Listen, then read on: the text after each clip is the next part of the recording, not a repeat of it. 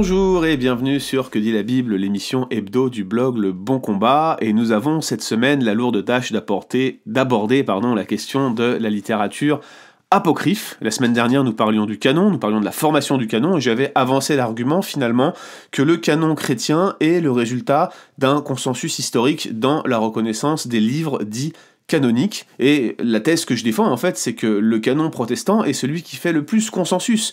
Lorsque vous regardez les livres dits apocryphes qui sont intégrés au canon orthodoxe, il n'y en a pas qu'un seul, et au canon catholique, vous voyez une succession de désaccords, mais les livres, les ouvrages qui sont intégrés au canon protestant font consensus, en tout cas dans l'ensemble des dénominations chrétiennes, et c'est la raison pour laquelle en fait je défends l'idée que le canon protestant est bel et bien le plus sûr, et très probablement celui qui est véridique et véritable. Il n'en reste pas moins qu'il nous fallait, cette semaine, aborder la délicate question de la littérature apocryphe, et c'est ce que nous allons faire. Alors, commençons par le commencement, et posons-nous la question suivante. Qu'est-ce qu'un apocryphe ? Eh bien, ce terme-là vient du grec apokryphos, qui signifie littéralement caché, et c'est en fait un livre apocryphe, un ouvrage dont l'authenticité n'est pas établie. Ça, c'est la définition générale.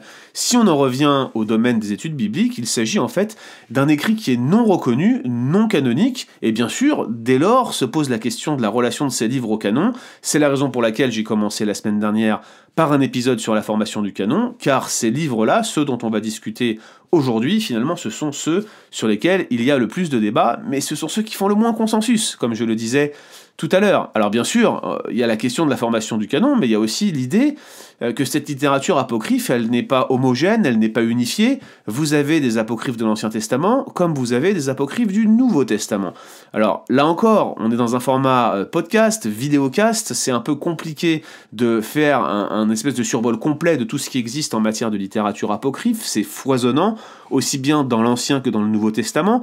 Je pense qu'il faut qu'on s'arrête quand même, toutefois, sur ce qu'on appelle généralement les deutérocanoniques. Alors vous savez que les protestants n'aiment pas cette appellation. La notion de deutérocanonique pose problème, car elle fait référence au fameux Concile de Trente, lors desquels certains livres, qui étaient présents dans certains manuscrits de la Septante, qui nous étaient hérités en fait d'une certaine traduction grecque de l'Ancien Testament, ont été reconnus deuxièmement, dans un deuxième temps comme canoniques, dans tout ce mouvement de contre-réforme.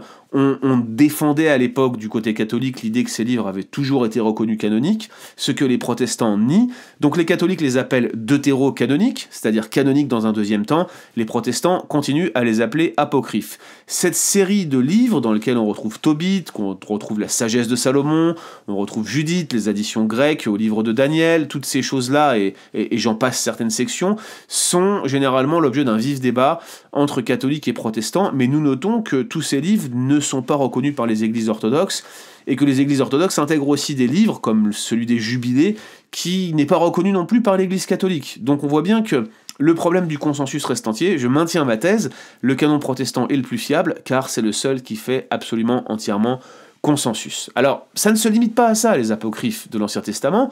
Il y a aussi, par exemple, ce qu'on appelle généralement la littérature du Second Temple, c'est-à-dire cette littérature qui a originé au moment où le deuxième temple avait été construit, après la période d'Esdras et Néhémie, et donc c'est toute cette période intertestamentaire, ce foisonnement littéraire, notamment en langue grecque, qu'on entend par littérature du Second Temple. Ça ne se limite pas à la langue grecque, vous avez des ouvrages en arabéen, et plus précisément, je pense que je pourrais faire référence à toute cette découverte de manuscrits qu'on a retrouvés en Jordanie aujourd'hui, à Wadi Qumran, les fameux manuscrits de Qumran, dans lesquels on va retrouver toutes sortes d'écrits qui ne sont pas nécessairement homogènes, là encore, on va y revenir, et notamment ce qu'on appelle les pseudépigraphes, j'insiste bien là-dessus, c'est ce style d'ouvrage qui est écrit en empruntant le nom d'une personnalité religieuse connue.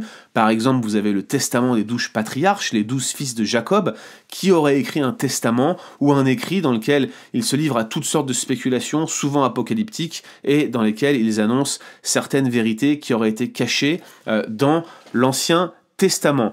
Donc voilà le genre d'ouvrage que vous pouvez retrouver en termes d'apocryphes de l'Ancien Testament, bien entendu, je le confesse, survol non exhaustif. Dans le Nouveau Testament, c'est-à-dire dans la période chrétienne, on va aussi retrouver ce qu'on appelle des apocryphes, des écrits qui sont vraiment inspirés de la littérature chrétienne ou d'idées chrétiennes sur lesquelles ces auteurs vont bâtir, mais ce sont généralement le plus souvent des écrits gnostiques, là encore souvent avec des noms empruntés, des écrits pseudépigraphes pour la plupart. Je pense par exemple à l'évangile de Thomas, pour ne citer que lui, qui a défrayé la chronique ces dernières décennies, mais vous aviez aussi de la littérature extra-canonique, qui ne prétendait pas à la canonicité, mais qui était quand même liée à une forme de christianisme, j'allais dire conservateur, peut-être que le mot est galvaudé, peut-être que j'emploie un mot qui ne s'appliquerait pas à la période du 1er siècle après Jésus-Christ. Parlons de littérature primitive qui est largement connectée à la doctrine apostolique. Celle-ci, on l'appelle généralement, ce corpus, on les appelle les pères apostoliques, qui, s'ils semblent demeurer fidèles à une doctrine apostolique canonique, ne prétendent pas à un statut canonique. Je pense par exemple à un écrit, là encore, comme la Didaché, qui était inclus par quelques pères de l'Église dans leur liste canonique, mais ce type de choix ne faisait pas consensus, et c'est donc avec raison, malgré l'intérêt que de tels livres apportent, qu'ils n'ont pas été retenus par les premiers théologiens chrétiens comme étant canoniques. J'ajouterai un deuxième point avant d'aller un peu plus loin dans l'évaluation de ces ouvrages canoniques en général, c'est celui du sola scriptura, seule l'écriture. On a déjà fait à plusieurs reprises des émissions sur ce sujet. Seule l'écriture, sola scriptura, ne veut pas dire l'écriture seulement, solo scriptura. L'Ancien Testament, comme le Nouveau Testament, n'exclut pas de faire référence à des écrits ou à des traditions qui ne seraient pas inspirées. Je pourrais citer pléthore de livres dans l'Ancien Testament, j'en ai un qui me vient en tête, c'est le livre des guerres de l'Éternel, mais il y en a d'autres, le livre du Juste, et j'en passe. Mais vous avez aussi des exemples dans le Nouveau Testament. Par exemple, Paul va citer Aratus, ou Épiménide, deux poètes grecs. Très probablement, il cite aussi les Bacchantes d'Euripide, avec peut-être une référence cachée à Dionysos. C'est Vincent Martiterrain qui nous le rappelait dans un article publié juste hier sur Visio Mundus, qu'on n'a pas manqué de relayer sur Le Bon Combat. Donc ce n'est pas parce qu'un livre canonique cite un ouvrage extra-canonique que cela lui confère de facto une inspiration divine. C'est important de le rappeler avant d'évaluer plus en détail la littérature extra-biblique apocryphe que l'on retrouve à l'époque de la rédaction des livres du canon, ou plutôt de l'établissement du canon, devrais-je dire, ça serait beaucoup plus précis de s'exprimer de la sorte. Alors, allons-y. Que penser des apocryphes de l'Ancien Testament ? Prenons l'exemple des pseudépigraphes. Ils représentent à eux seuls un genre, ou peut-être devrais-je parler d'un sous-genre, ou de plutôt plusieurs sous-genres, peut-être devrais-je dire. Ces histoires, je le disais, sont écrites sous un faux nom, sous un faux titre. L'intention manifeste, c'est d'apporter un éclairage supplémentaire au livre biblique, mais il y a ici quelque chose qui tranche par rapport à la littérature canonique, c'est qu'il y a une volonté de tromper le lecteur en s'attribuant en fait le masque d'une figure d'autorité.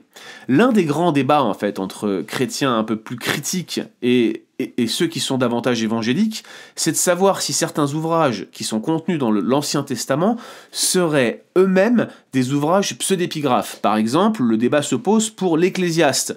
L'Ecclésiaste traditionnellement attribué à Salomon, certains chercheurs, y compris parmi les évangéliques un peu plus ouverts, vont l'attribuer à quelqu'un qui se serait fait passer pour Salomon ou qui se serait attribué le nom de Salomon, soit pour se conférer une certaine autorité, soit pour établir un message qui aurait cadré avec la vie de Salomon ou ce qu'il aurait dit. Voilà le genre de débat qu'on a. Moi, je reste à ce sujet complètement conservateur.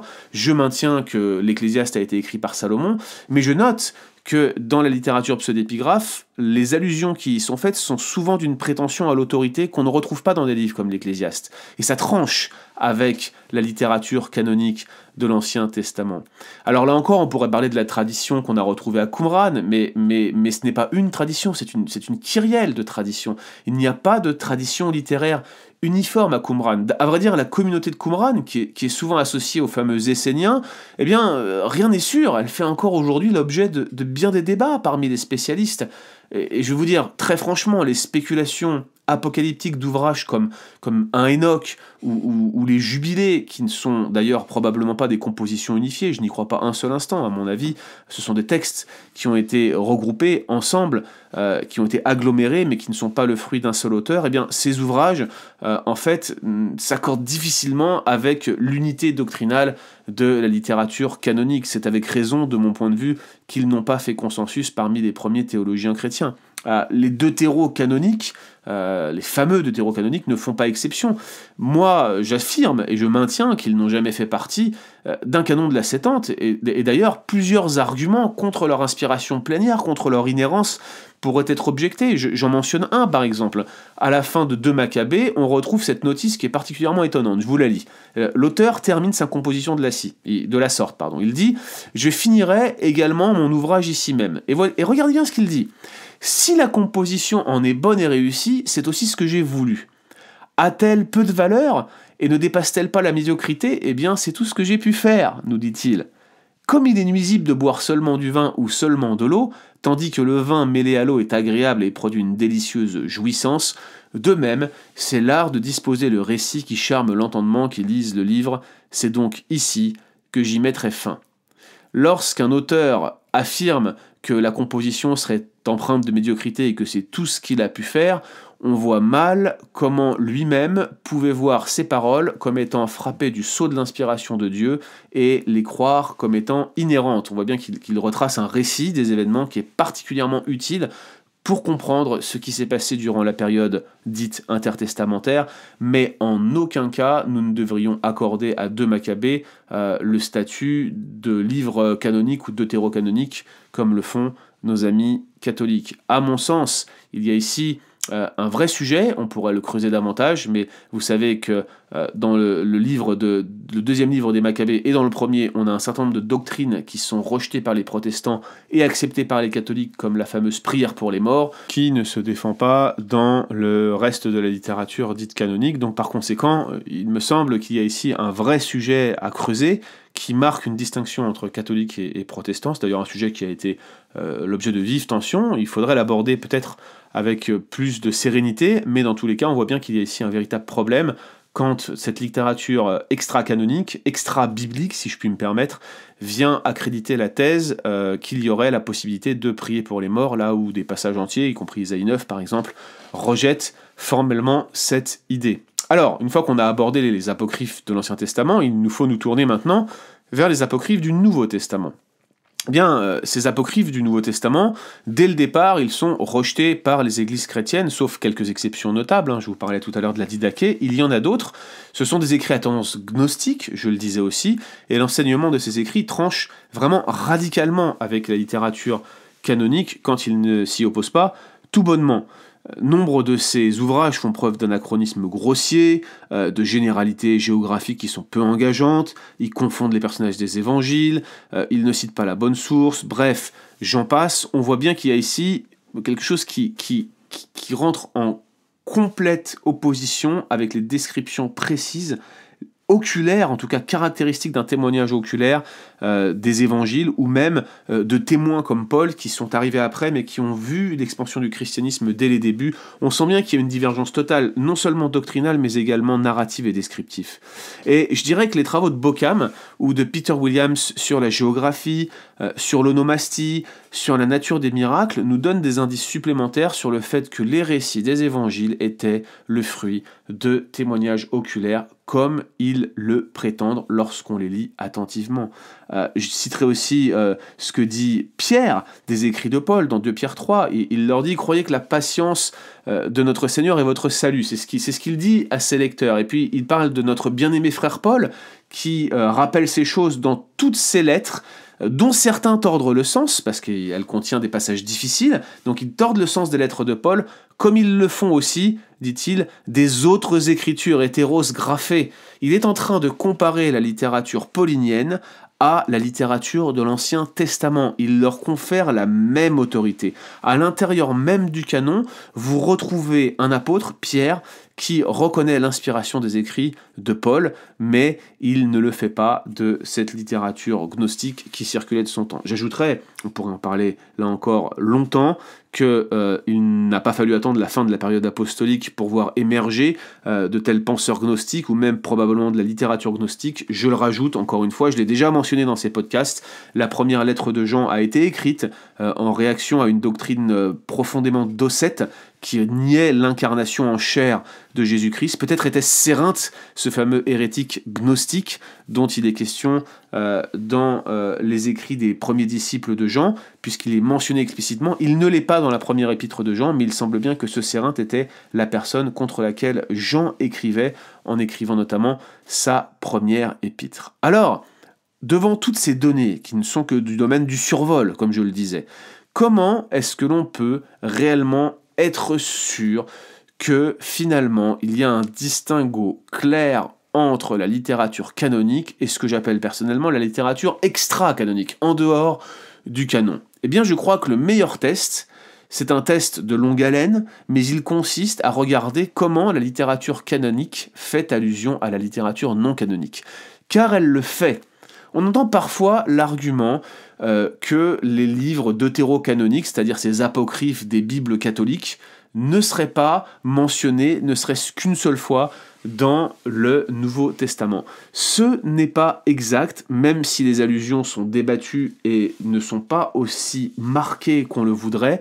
Il est clair qu'il y a probablement des traces de ces écrits. Je pense par exemple au fameux test des Sadducéens sur Jésus, où il lui propose une énigme avec une femme qui a eu 7 maris d'affilée. C'est probablement issu du livre de Tobit, même si certains le contestent. Je crois que c'est particulièrement incontestable. Mais moi, j'aimerais vous citer deux exemples sur lesquels je me limiterai, et je me limiterai aussi dans ma manière de commenter ces deux exemples, parce que chacune des allusions que je vais mentionner maintenant fait l'objet de vifs débats. Donc je vais me restreindre, en fait, je vais me borner à quelques considérations générales, même si j'aurais bien aimé rentrer davantage en profondeur. Premier exemple, c'est ces deux principales allusions au premier livre d'Enoch que l'on retrouve dans l'épître de Jude. La première et la plus marquée, c'est celle qui se trouve en Jude 14-15, où on retrouve une citation légèrement modifiée de 1 Enoch 1-9. Je vous laisserai vérifier dans vos Bibles, je ne vais pas le lire maintenant. Et puis la deuxième est un peu moins marquée, on a même le sentiment que c'est peut-être pas si évident finalement. On a cette idée de la chute des anges très très très appuyée dans le livre de Jude, même si ça ne reprend pas textuellement des mots qui sont utilisés dans la première d'Enoch, mais on voit bien que dans le premier livre d'Enoch, en fait, chapitre 12, verset 4, il y a une allusion similaire, donc certains en ont conclu que finalement, Jude viendrait tirer son enseignement en la matière du premier livre d'Enoch. Et figurez-vous que, sur la base simplement de ces deux allusions, certains, y compris des penseurs évangéliques comme Richard Bauckham, pensent pouvoir établir l'existence d'une certaine influence du premier livre d'Enoch sur la structure même de Jude. Mais à mon sens, ces parallèles sont largement surévalués, j'irais même plus loin, je dirais que c'est de la parallélomania. La tradition de la chute des anges de Jude 6, elle était bien connue des Juifs du 1er siècle, on la retrouve en dehors de 1 Enoch, et la référence dans Jude est bien trop ténue pour qu'elle soit réellement démontrable. En fait, tout repose sur la citation de 1 Enoch 1-9 en Jude 14-15, qui, elle, est bien avérée, mais je dirais premièrement, elle contient quelques différences tout de même significatives. C'est pas exactement une citation verbatim, même s'il y a des connexions verbales très fortes. Et puis deuxièmement, rien n'indique que Jude fait ici allusion à la forme finale de 1 Enoch. J'entends par là celle que nous possédons aujourd'hui. Je vous ai dit que la circulation de ce livre était largement débattue, et il est clair qu'en tout cas la composition du livre n'est pas homogène. C'est très peu possible qu'il y ait eu un seul auteur sur ce livre-là. D'ailleurs, on pense même qu'elle a été écrite en différentes langue, mais ce que je suis en train de vous dire, c'est que cette citation qui est faite dans Jude faisait peut-être partie d'une collection de traditions antérieures, attribuées à juste titre à Enoch, mais qui n'accrédite pas pour autant ce que nous appelons aujourd'hui 1 Enoch, cette fameuse collection de textes de 5 livres que nous retrouvons dans 1 Enoch. Ce n'est pas une citation, et une seule, dans la lettre de Jude, qui va accréditer l'ensemble de l'ouvrage qui nous est parvenu aujourd'hui. En tout cas, moi, je doute de cela. Probablement, certains seront d'un avis différent, mais il me semble que ce style d'allusion a été largement surévalué par les penseurs chrétiens qui défendent la thèse de littérature extra-canonique qui pourrait être associée au canon, ou plutôt de quelque chose qui serait beaucoup trop subjectif en termes de canon pour qu'on puisse le retenir. Moi, personnellement, je vous le redis, je pense ici que sur ce texte-là, on a réellement surévalué la dépendance de Jude sur un Enoch. Un autre exemple, et je m'arrêterai là ensuite, c'est l'allusion probable de Romains 5.12 au livre de la sagesse de Salomon, chapitre 2, verset 24. Alors là encore, j'ai personnellement écrit un papier de recherche là-dessus.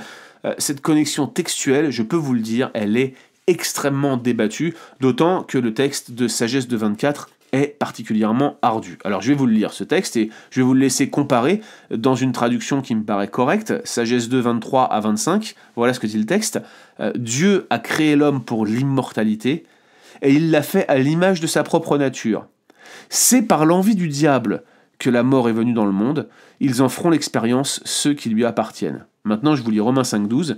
C'est pourquoi, comme par un seul homme le péché est rentré dans le monde et par le péché la mort, et qu'ainsi la mort s'est étendue sur tous les hommes parce que tous ont péché, et le texte continue.